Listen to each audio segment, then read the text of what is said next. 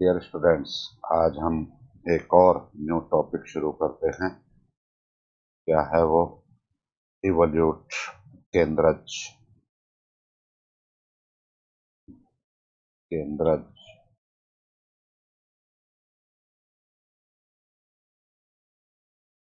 Evolute क्या होता है, इसकी डेफिनेशन लिखते हैं पहले, फिर समझने की कोशिश करेंगे। Definition one.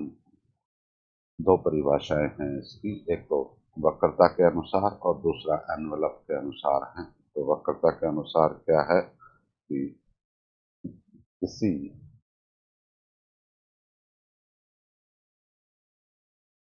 वक्र के वक्रता केंद्र वक्रता केंद्र centre of curvature centre of curvature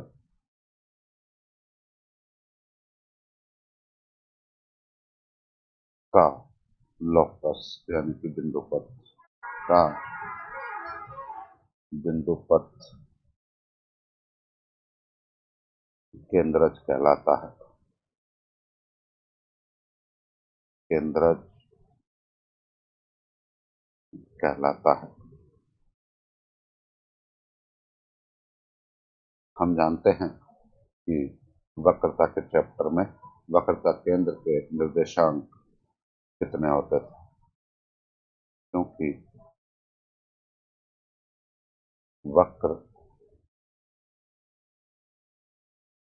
y is equal to f x number one के बिंदु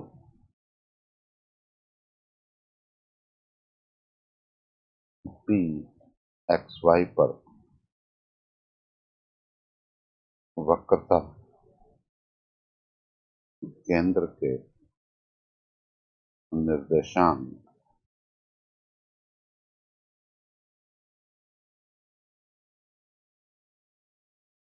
अल्फा बीटा हो तो alpha is equal to x minus y one into one plus y one का square upon y to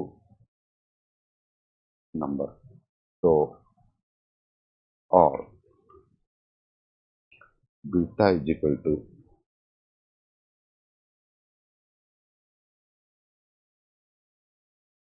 y plus y one का square upon y two, ये होते थे number तीन। तो एक, दो व तीन से एक्स एवं वाई का विलोपन करने पर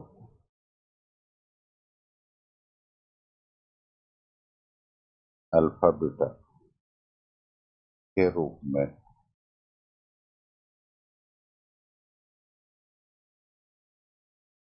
एक समीकरण प्राप्त होता है,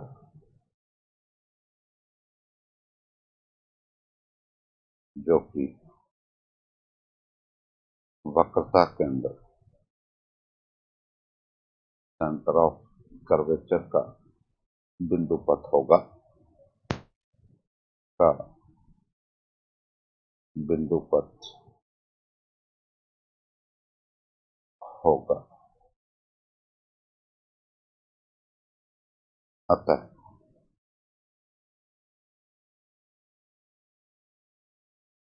अल्फा बीटा को व्यापीकृत कर अर्थात एक्स व वाई लिखने पर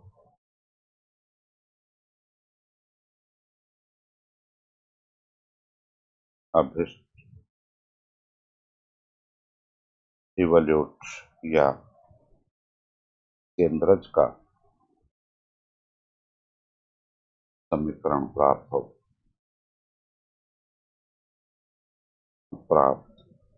होता है। यहाँ एक चीज ध्यान रखने वाली बात है, वक्रता के चैप्टर में हमने अध्ययन किया था, तो यहाँ y1 क्या है, जहाँ y1 dy by dx है और y2 is equal to d2y over dx square. Clear है ये लाइन है?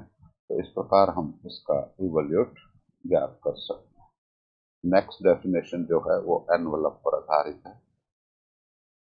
वो क्या है?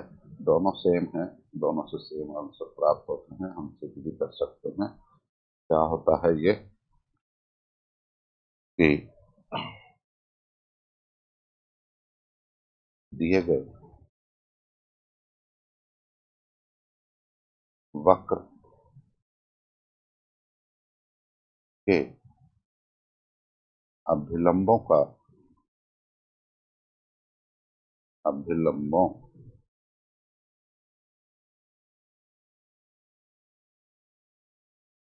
नॉर्मल्स, अभिलंब मीन्स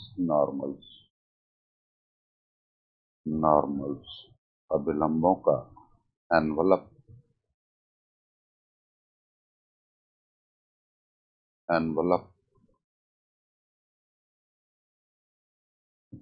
केंद्रज कहलाता है।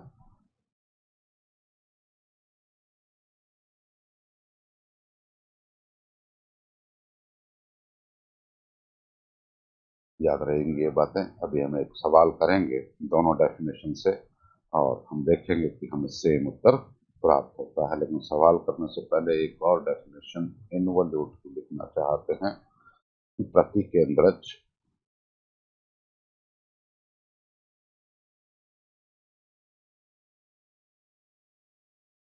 इनवोल्यूट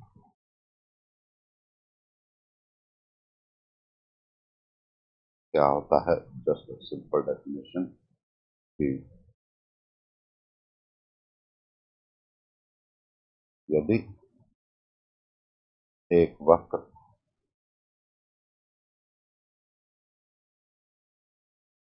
दूसरे वक्र का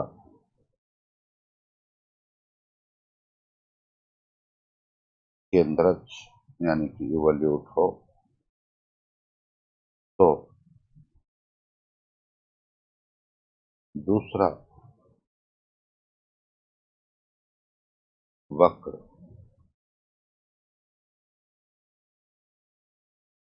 पहले वक्र का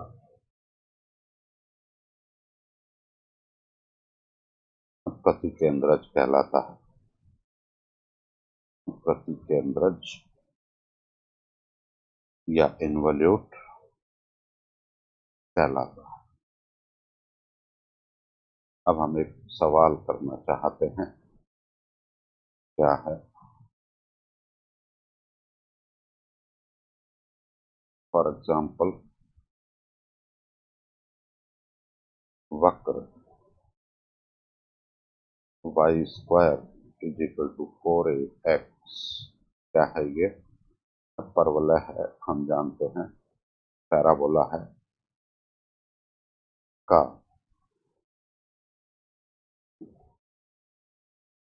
इवोल्यूट केंद्रज ज्ञात कर।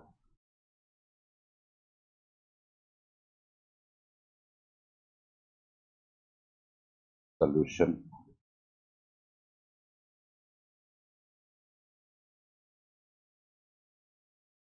मेथड नंबर 1 दिया है। परवलय का समीकरण या वक्र का समीकरण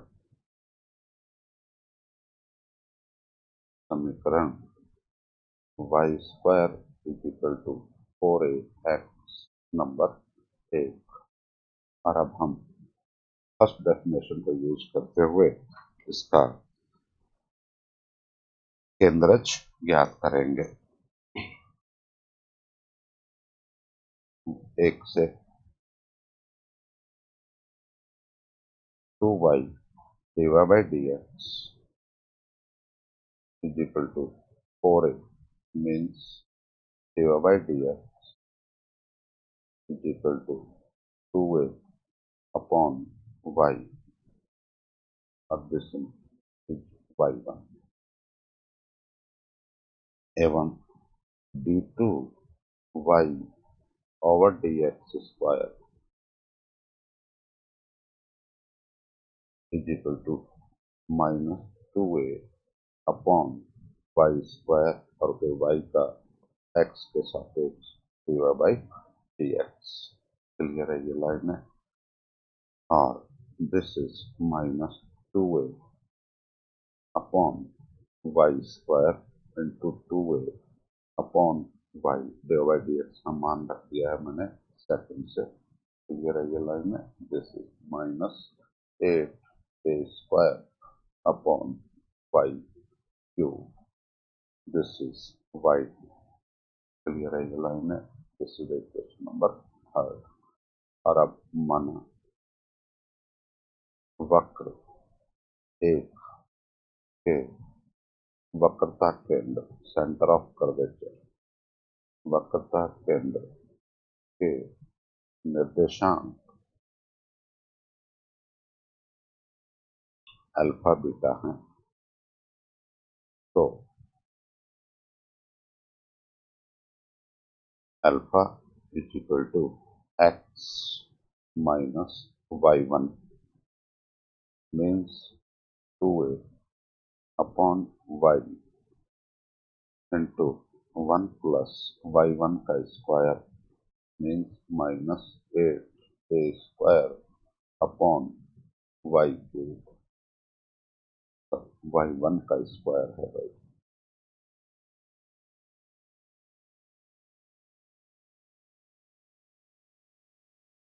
1 प्लस y1 का square means 4a square upon y square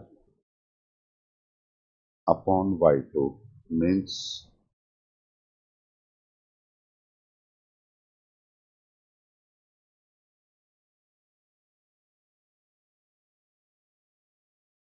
minus 8a square upon y2। Clear है ये लाइन में। और अब हम इसको सॉल्व करें थोड़ा सा, तो क्या आएगा, alpha is equal to x minus 2a upon y into 1 plus 4a square और y स्क्वायर के स्थान पर 4ax अपॉन, यहाँ माइनस की जगह हम प्लस कर लेते हैं, ठीक है, माइनस 8a है ना। क्लियर है ये लाइन है। तो a square upon y cube की जगह y स्क्वायर इंटू y, यानी कि 4ax इंटू y। अब फिर कैलकुलेशन कर लीजिए क्या आएगा। हम इसको सॉल्व करें, फाइनली हमारे पास में आएगा alpha is equal to 2a plus 3x number 4। इसी प्रकार बीटा की वैल्यू निकालें हम। बीटा, क्योंकि beta is equal to y plus 1 plus y1 का स्क्वायर अपॉन y2, और मैं ये वैल्यूज रख दूं इसमें, तो क्या आएगा, beta is equal to y means 2a की पावर हाफ x की पावर हाफ, क्योंकि y square is equal to 4ax है। क्लियर है ये लाइन में। और यहाँ y2 में माइनस चिन्ह आएगा, इसलिए पहले लगा दिया है 1 प्लस y1 का स्क्वायर। तो y1 की वैल्यू कितनी है भाई, 2a अपॉन y ए अपॉन वाई की जगह चाहे तो हम अंडर रूट 2a 4ax रख सकते हैं upon are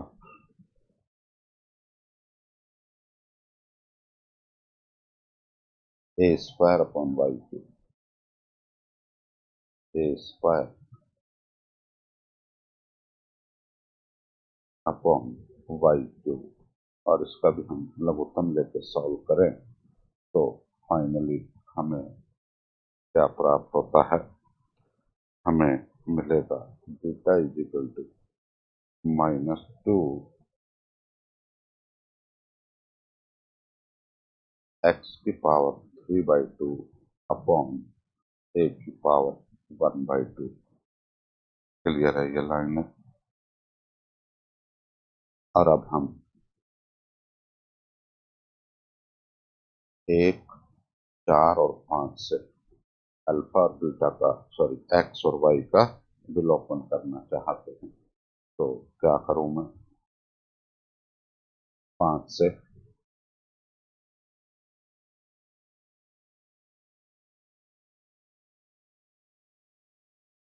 beta square is equal to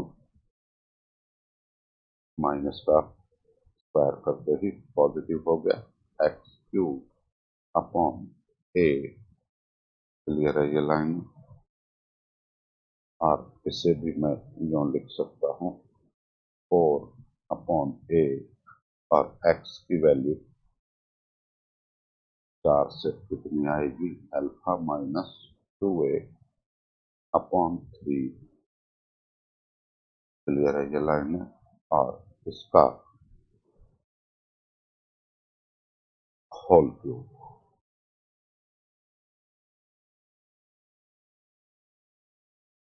4 से। क्लियर है ये लाइन है? मेरे पास में क्या आ गया?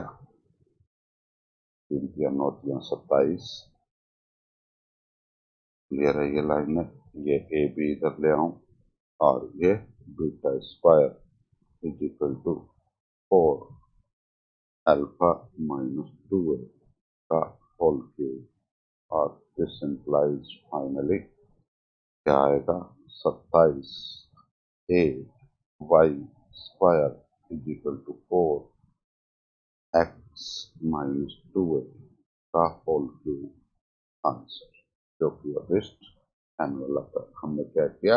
अल्फा और बीटा के स्थान पर एक्स और वाई लिख दिया। क्लियर है ये लाइन है? सेकंड मेथड में हम क्या करेंगे? इस दिए गए वक्र के अभिलंब का समीकरण निकालेंगे।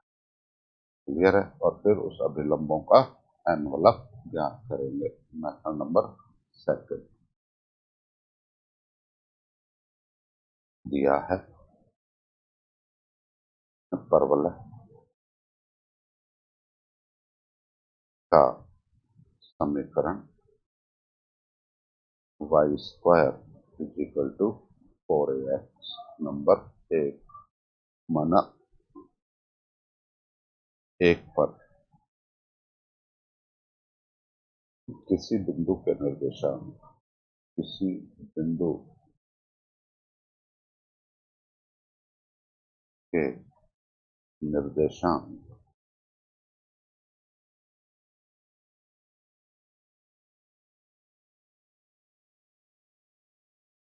a स्क्वायर 2a है। क्लियर है ये लाइन है? तो अभिलंब का समीकरण इस बिंदु पर निकालना चाहते हैं तो क्या करूं मैं? 1 से dy/dx अभी ऊपर निकाल ही चुके हैं हम। कितना आता है? 2a upon Y. क्लियर है ये लाइन है? और this implies dy/dx at this point P, ये सपोज P बिंदु है निर्देशांक, तो कितना आएगा? 2a अपॉन 2a t और दिस इज 1/t। और देयरफॉर ये क्या आ गया? dy/dx मीन्स स्पर्श रेखा का ढाल आ गया। देयरफॉर अभिलंब का ढाल क्या होगा? अभिलंब और स्पर्श रेखा एक दूसरे के लंबवत होते हैं।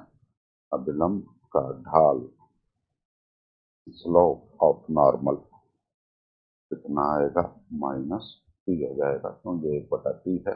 क्लियर है ये लाइन में, तो ये -t आ जाएगा। और देयरफॉर बिंदु P पर अभिलंब का समीकरण, अभिलंब का समीकरण y minus y1 means 280 is equal to ढाल m into x minus x1 means 80 square. और ये कितना आया?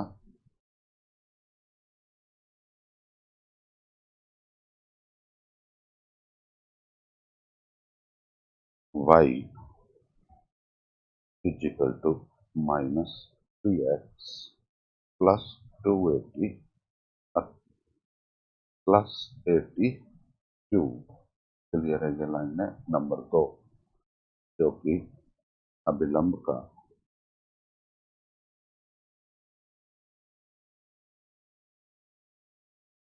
समीकरण है,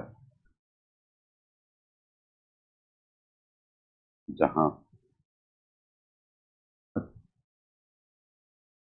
t प्राचल पैरामीटर है। t के भिन्न भिन्न मानों के लिए ये भिन्न भिन्न अभिलंबों को व्यक्त करेगा। हमें क्या करना है? इस 2 का एनवलप ज्ञात करना है। तो मैं क्या करूं? 2 का पैरामीटर क्या है? t है, तो t के सापेक्ष आंशिक अवकलन कर दूं। सापेक्ष आंशिक अवकलन करने पर क्या आएगा?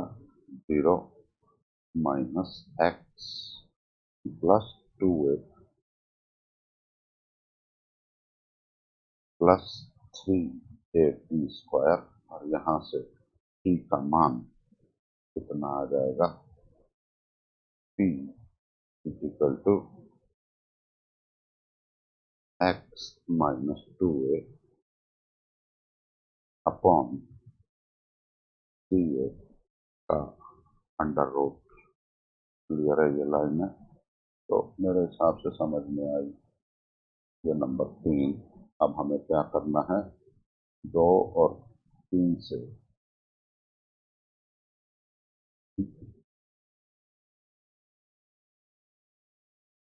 क्या हुआ?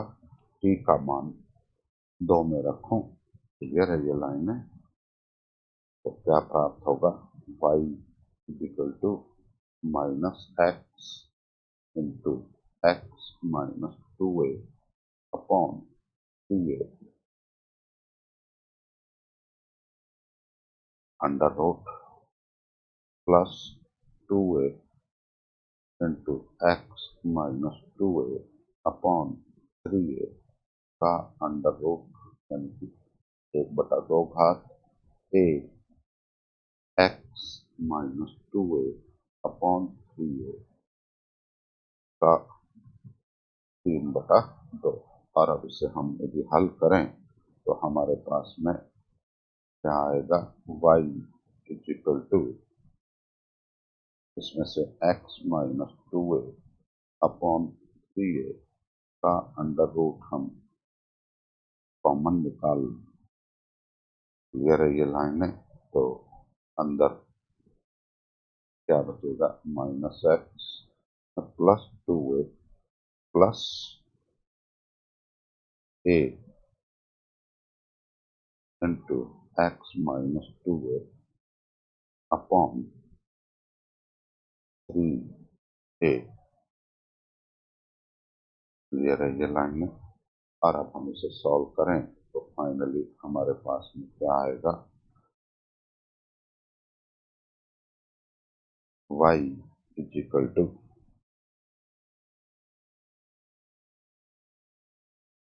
X minus 2a upon 3a घात 1/2 और यहाँ ए से ए खत्म हो जाएगा और ये माइनस कॉमन ले लूँ तो x-2 है और ये भी x-2 है। क्लियर है ये लाइन है। तो 1/3 में से 1 गई तो माइनस की 2/3 बच जाएंगी इंटू x-2 है। क्लियर है ये लाइन है। और अब मैं इसका होल स्क्वायर कर दूं तो कितना आएगा y² is equal to x-2a upon 3a और इसका स्क्वायर किया तो 4/3 इंटू x-2a। क्लियर है ये लाइन है। और फाइनली मेरे पास में क्या आ गया, 3 9 3 27 a y² is equal to 4। यहाँ ये होल स्क्वायर हो जाएगा भाई 4 इंटू x-2a का होल क्यूब आंसर, जो कि अभिष्ट क्या है, इवोल्यूट, जो कि अभिष्ट केंद्रज है। क्लियर है ये लाइन है। हमने देखा कि इस विधि में भी वही उत्तर प्राप्त हुआ है जो कि ऊपर हमने विधि की थी, उसमें भी यही आंसर। क्लियर है ये लाइन है। तो अतः मेरे हिसाब से समझ में आ गया होगा कि किस तरीके से सवालों को करना है। सवाल आसान है। आज का काम यहीं खत्म करते हैं।